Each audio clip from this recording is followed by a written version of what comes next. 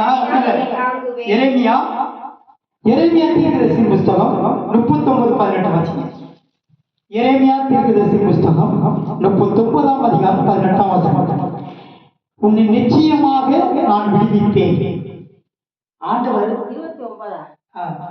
39 எரேமியா தீர்க்கதரிசி புஸ்தகம் 39ஆம் அதிகாரம் 18ஆம் வசனத்துல எரேமியாவுக்கு கர்த்தருடைய வார்த்தை சொல்லப்படுகிறது. அவன் பிராணத்துக்கு உயிருக்கு அவனுக்கும் அவன் உயிரை கொள்ள முடியாது, ஆத்மாவை கொள்ள முடியாது, அவனை அழிக்க முடியாது.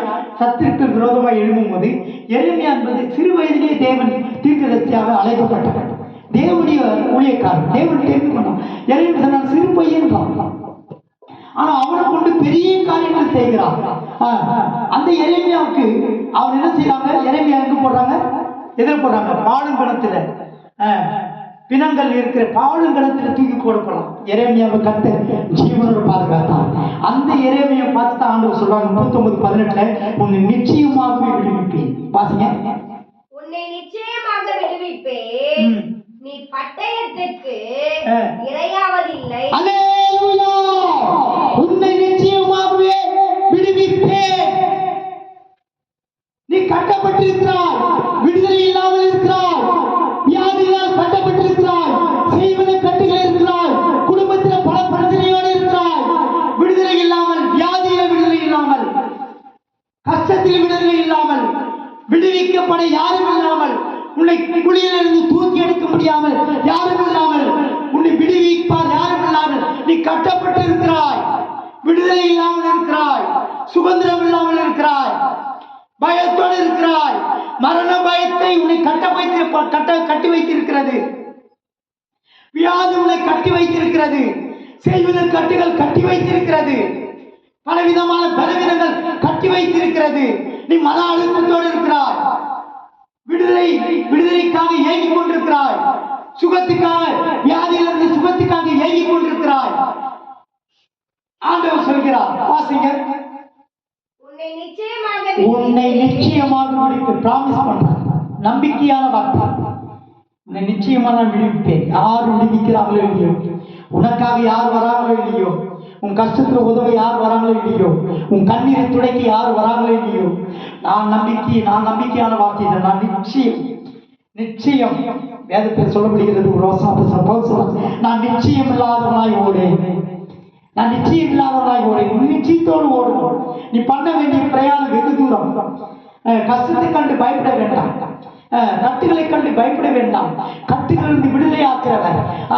அவரை சிறைச்சாலையில துதித்தார்கள், ஆர்ப்பரித்தார்கள். அவர்கள் துதிக்கும் பொழுது சிறைச்சாலையின் கதவுகள் உடைக்கப்பட்டது, திறக்கப்பட்டது, விடுவிக்கப்பட்டார்கள். பவுலும் சீலாவும் பாவி தேவனை துதித்து ஆராதிக்கும் பொழுது விடுவிக்கப்பட்டார்கள். அருமையான தேவனுடைய திறமை கிறிஸ்தவர்களே, நீ தேவனை குடும்பத்தோட பாடி ஆராதிக்கும் பொழுது, சபையிலே நீ பாடி ஆராதிக்கும் பொழுது உன் கட்டுகளிலிருந்து விடுதலையாக்கப்படுவாய். சிறைச்சாலை கதவுகள் உடைக்கப்படும், கட்டுகள் உடைக்கப்படும், தடைகள் நீக்கப்படும். தடைகளை உடைக்கிறவர், நீக்கிறவர் உனக்கு முன்பாக கடந்து போகிறார். உன்னை நிச்சயமாக விடுவிப்பேன். நீ பாடி துதிக்கணும், மௌனமா ஆராதிக்க கூடாது. கரங்களை தட்டி துதித்து ஆராதித்து பாடி ஒரு பாடுகள் செய்யப்படுறாரு. ரத்த கோட்டைக்குள்ளே நான் நுழைந்து விட்டேன், இனி எதுவும் அணுகாது, எந்த தீங்கும்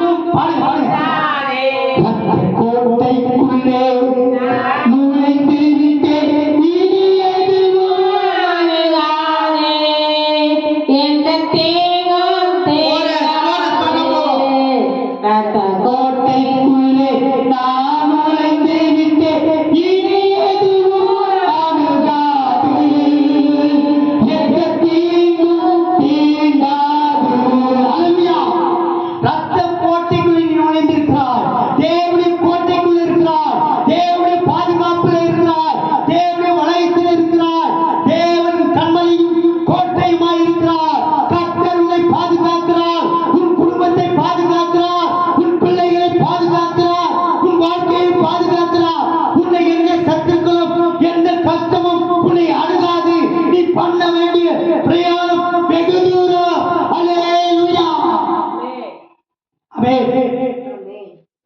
பண்ண வேண்டிய பிரயாணம் வெகு தூரம். தேவனை துதிக்க வேண்டும், பாட வேண்டும், ஆராதிக்க வேண்டும். குடும்ப ஜெபம் இருக்கணும், வீட்டுல பாடணும், ஆராதிக்கணும், பிள்ளைகளை பைபிள் வாசிக்க வைக்கணும், பாட வைக்கணும், ஸ்தோத்திரம் பண்ண வைக்கணும். தேவனை துதித்தால் உனக்கு விடுதலை, இல்லவிட்டால் சாத்தானுடைய கட்டுக்குள்ளே நீ கட்டப்பட்டு இருப்பாய். தேவன் கட்ட வைக்கிற தேவனா இருக்கிறார். துதிக்கும் பொழுதுதான் எரிகோவின் கோட்டை தகர்க்கப்பட்டது. ஒரு பாடல் பாடிய எரிகோவின் கோட்டை விழுந்ததே இந்த சதிகார, எரிகோவின் கோட்டை விழுந்ததே. எரிகோவின் கோட்டை தடைகள் நீங்கும், குடும்ப பிரச்சனைகள் நீங்கும், உன் கண்ணீர் நீங்கும், கண்ணீரை தேவன் துடைப்பார், உன் கஷ்டங்கள் நீங்கும், உனக்கு விடுதலை உண்டாகும். நீ விடுதலையோடு ஆராதிப்பாய், உன் குடும்பம் விடுதலையோடு இருக்கும். தேவன் உன்னோடு இருந்தார், துதித்தார்.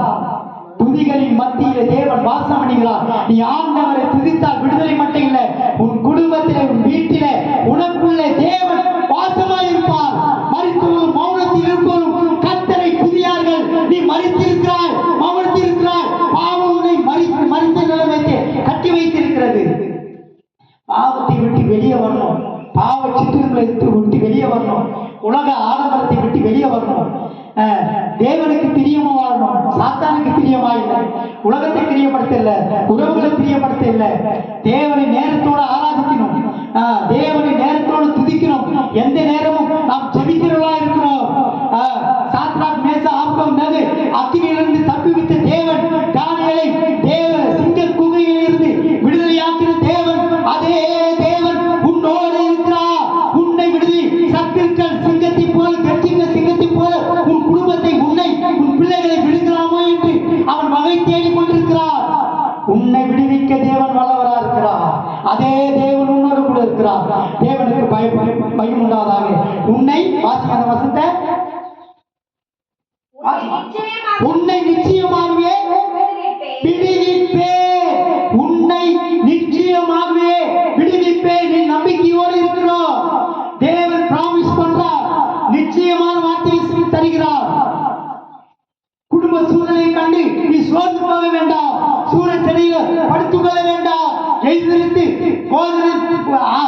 தேவன் தூதன் கொடுத்த போதனத்தை புசித்து வெகு தூரம் பிரயாணம் பண்ணினது போல நீ கர்த்தருடைய வார்த்தையாகிய வசனத்தை நீ புசித்து ஒவ்வொரு நாளும் நீ வெகு தூரம் பிரயாணம் பண்ணி நீ பரலோக ராஜ்யத்தை காணானை அடையணும். அது வரைக்கும் நமக்கு பிரச்சனை, கஷ்டம் இருக்குதான் செய்யும். இக்காலத்து பாடுகள் இனி வெளிப்பட மகிமைக்கு ஒப்பானதல்ல. பாடுகள், கஷ்டங்கள், துன்பங்கள் இது ஒப்பினையானதல்ல. தேவனுக்கு மகிமையுண்டாக. சங்கீதம் 118 6 வாசிங்க. சீக்கிரம் வாசிங்க, நான் முடிக்க போறேன். சங்கீதம் 118 சங்கீதம் 6 வசனம்.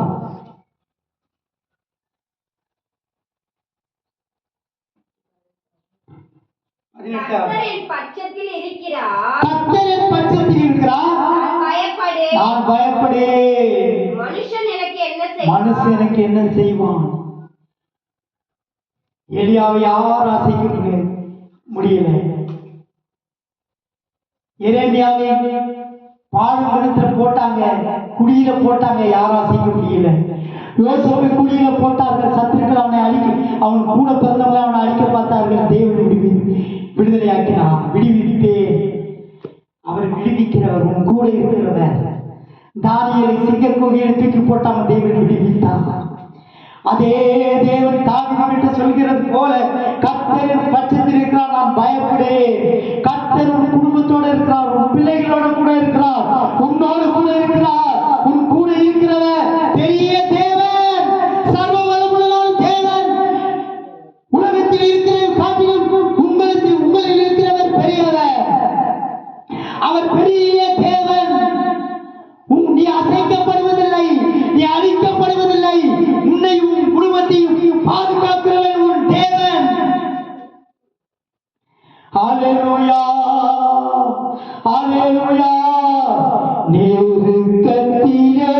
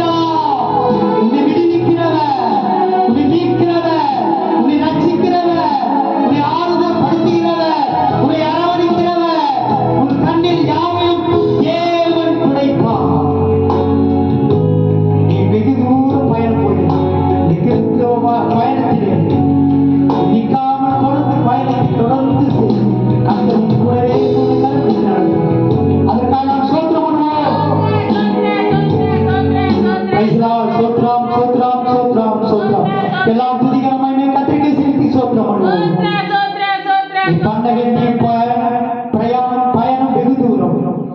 வாழ்க்கை பயணத்திலே, கிறிஸ்துவ வாழ்க்கையிலே போராட்டமான பயணம். இந்த பயணத்திலே நீ நின்று விடாதே, சோர்ந்து போகாதே, பயப்படாதே, கலங்காதே. மன அழுத்தத்தோடு இருக்கிறாய், துக்கத்தோடு இருக்கிறாய். இந்த பயணத்திலே கர்த்தர் உன் கூட இருக்கிறார். உன் படகில கர்த்தர் இருக்கிறார்.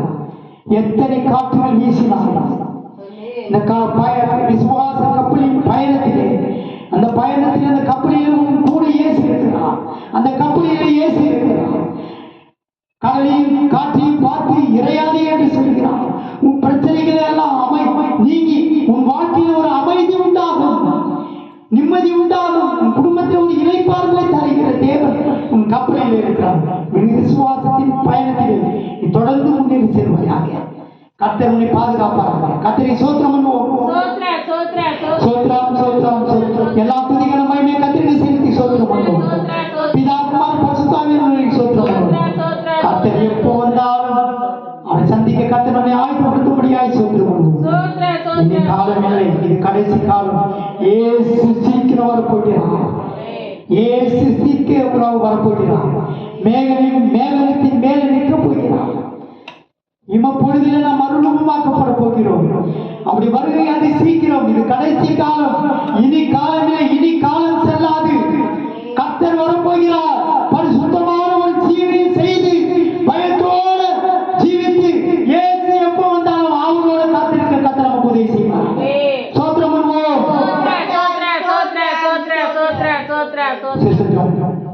சோத்திரம்.